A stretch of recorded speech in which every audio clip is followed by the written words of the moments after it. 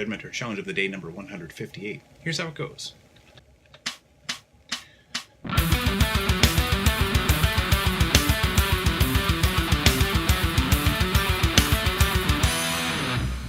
Alright, so basically it's a pretty classic metal kind of riff style. They're all in triplets here, and I'm following a really common chord progression: E minor, D, C, D.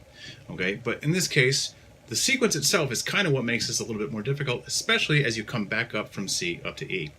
Okay, and it's just those last notes. We're kind of switching out what the last note would have been to avoid a repeat note, and also to kind of make the melody more gracefully go into the first note of the next melody. So anyway, let's just break down how it is, and you'll kind of see what's changing.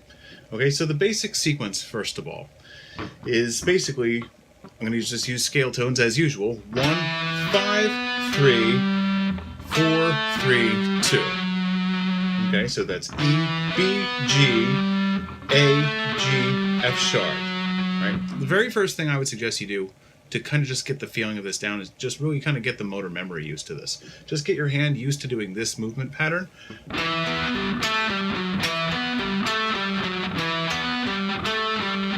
Root 5th, 3rd, 4th, 3rd, 2nd. And just keep doing that until you feel comfortable kind of making it triplets. 1, 2, 3, 1, 2, 3, 1, 2, 3, 1, 2, 3. Pick harder, pick harder. 1, 2, 3, 4, 5, 6. 1, 2, 3, 4, 5, 6. All right, that shape in particular is actually the easiest of them though. So as we start to get more stretching, we're actually using different fingers too. I personally like to use the first, second, and fourth finger anytime I'm basically like 2 frets, 2 frets, and 2 frets, basically. So from 5 to 7 to 9 in this case. So let's just get used to this at D right there, right? So it's going to be the same kind of idea, but now we're at the 7th of the scale. 7, 4, 2, 3, 2, 1.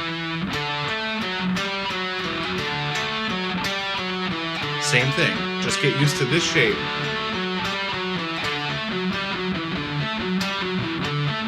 And gradually try to make it into a rhythm pattern like that.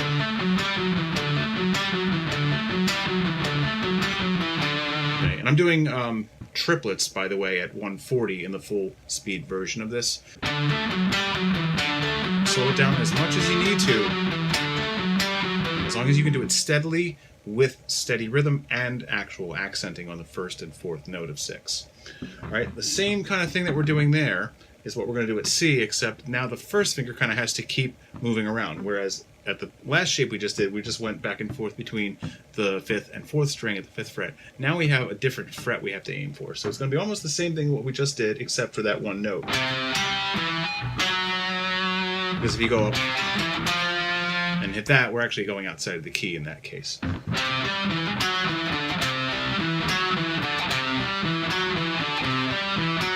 So I would just get used to all 3 of those shapes individually first.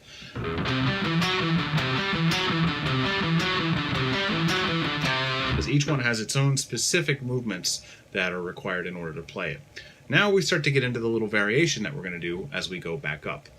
I just found it to be a little bit too kind of phoning it in, just lazy writing, to just do it twice that way. And then go into the D the second time. I'm basically playing the phrase twice each time at each chord root. 2 there.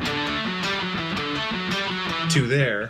Here, on the second one is where I start changing it up. Here I do this.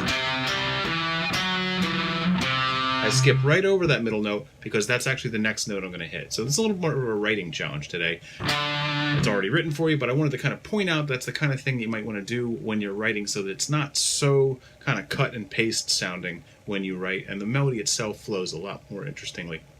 Just one little note difference can help the flow into the next part of the melody. So that's kind of the big thing I'm really aiming for here. So skip past the D on the second time. Now come up to D and do it the original way. Now this time we're going to do the same kind of thing. Go past the E so that you can come up to it at the end. All right. So the whole thing more slowly than the first time.